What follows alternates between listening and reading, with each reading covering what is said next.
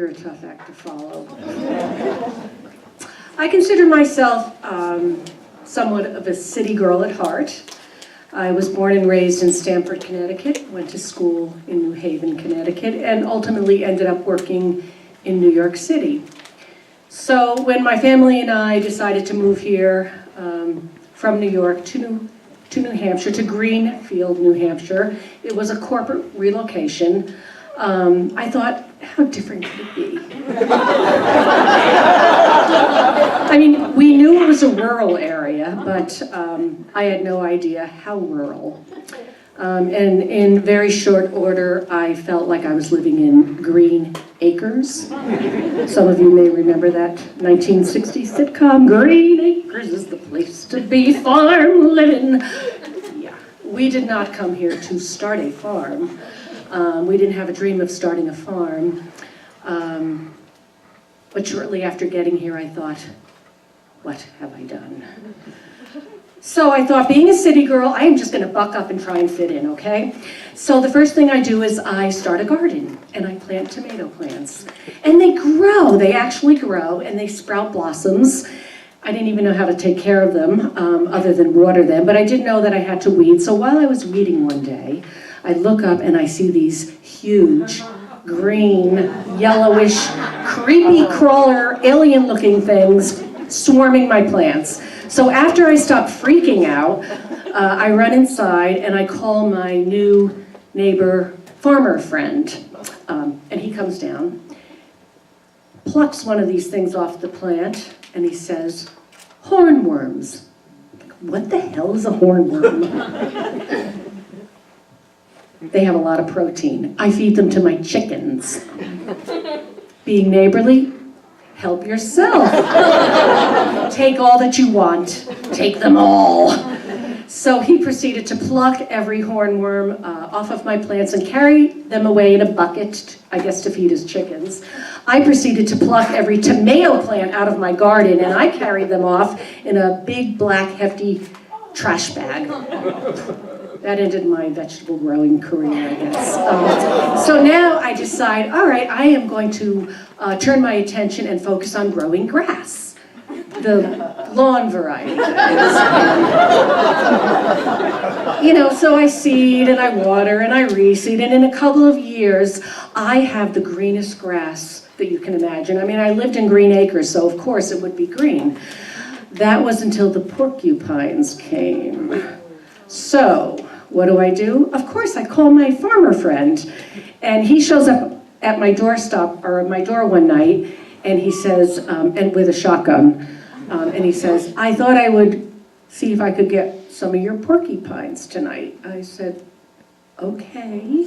So if someone had said to me 20 years before that I would be living in New Hampshire with a man on my porch with a shotgun in the dark staking out porcupines, I would have thought they were smoking some of that stuff in my lawn, you know? Just saying.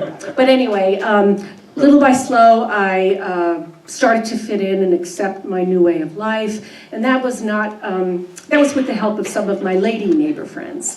And I had lots of invitations, not to cocktail parties or anything like that, but I had pampered chef parties, and pasta making parties, and vitamin parties, and Yankee swaps, complete with an eggnog making contest, which I won, by the way. But the best invitation I received was to watch my neighbor take her pigs to market. How could I pass that up? So I arrive at the pig pen one morning, and I was there to watch, not participate. So I sat on a stump kind of in the woods, and with my coffee cup in hand, and I observe a red pickup truck at the back of the pen, and people around with buckets, and they were throwing food at the pigs. It was like donuts and apples and hornworms, I don't know. But they were creating a path to lead these pigs to the plank that was leading up to the truck, I guess to take the pigs to market. So all was going well, and I was enjoying this.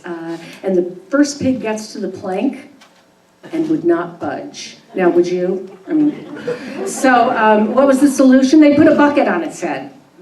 So That's when the chaos started. So the pigs are running amok. The people are chasing the pigs. Mud is flying everywhere, and I am trying to find another tree stump to observe this whole activity further away from the action when I hear, "Liz, come and help." Help?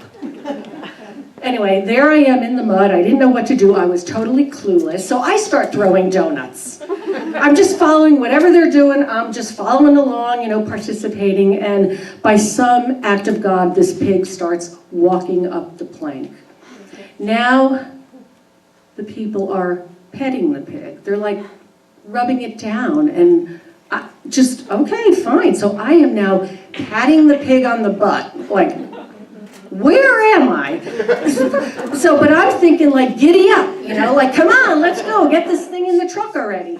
And my neighbor leans over and says, "Liz, it's really important that the pigs do not get stressed out because it will affect the taste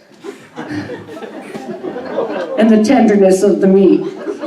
So I am thinking, these pigs have been lying around all summer in the mud, eating everything in sight. Now they're walking up a wooden plank with a bucket on their head, going to, let's face it, not market, to the slaughterhouse. No stress in that. Anyway, 2 weeks later, I was rewarded with a frozen slab of bacon, I guess for my efforts in this process, and I couldn't eat the bacon. And I'm not a vegetarian. And I don't know if it was because I participated in this activity and sent these pigs off to market, or I was afraid to find out how stressed they were on that day. But anyway, so a couple of years ago, my husband and I became empty nesters, and oh, did I mention I don't like snow or cold either?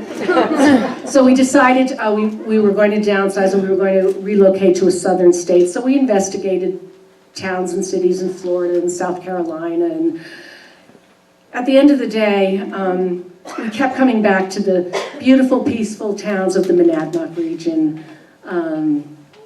And I have to say that in my heart, I know it was my experiences and what I learned from my friends and neighbors played a little small part in us staying here in Peterborough, just a few minutes from Green Acres. Thank you.